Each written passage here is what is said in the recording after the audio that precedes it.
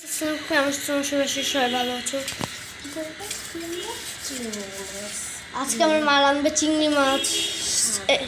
এই যে দেখো আমার মা চিংড়ি মাছ দিবে।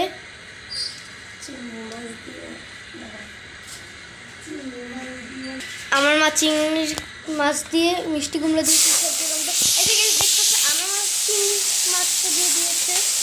চিংড়ি মাছটা এখন ভাজছে। এই যে দেখো আমার মা এখন হলুদ দিবে। এই যে এখানে এক চামচের একটু কম হলুদ দিয়ে দিল। আর হ্যাঁ, এরকম নতুন নতুন রেসিপি পেতে চাইলে আমার ভিডিওতে লাইক করে সাবস্ক্রাইব করে দিবে প্লিজ এই চ্যানেলটা।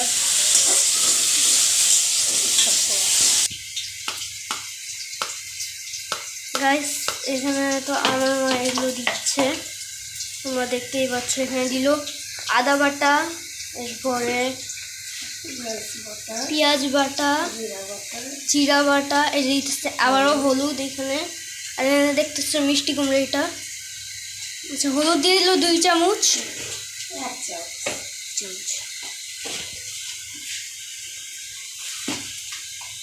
এবার দিবে হচ্ছে লবণ, 1 চামচের মতো লবণ। এগুলো সব মিক্স করছি।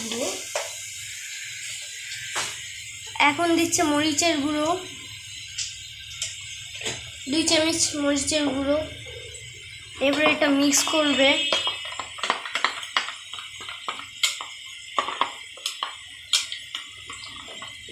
মিক্স করে পানি উঠে। এবার এটা হচ্ছে চিংড়ি মাছে দিয়ে দিল এটা। আচ্ছা চিংড়ি মাছ ভাজলো এটাতে দিয়ে। গাইস তোমরা দেখতে পাচ্ছ আমার মা এখানে দিয়েছি মিষ্টি কুমড়া।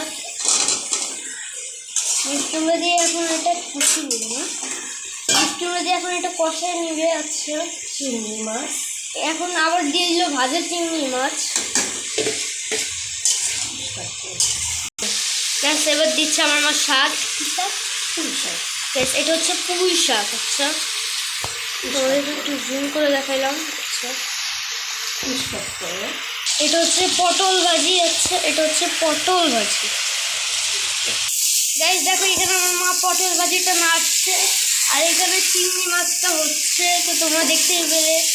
গাইস দেখেন এখন আমার মার পটল ভাজিটা এইটাতে বাড়বে।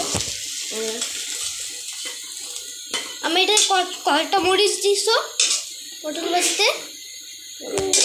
10-12টা। ও আমার মা এই পটল ভাজিতে 10-12টার মতো মরিচ। ঝাল কম খাও না সেই জন্য।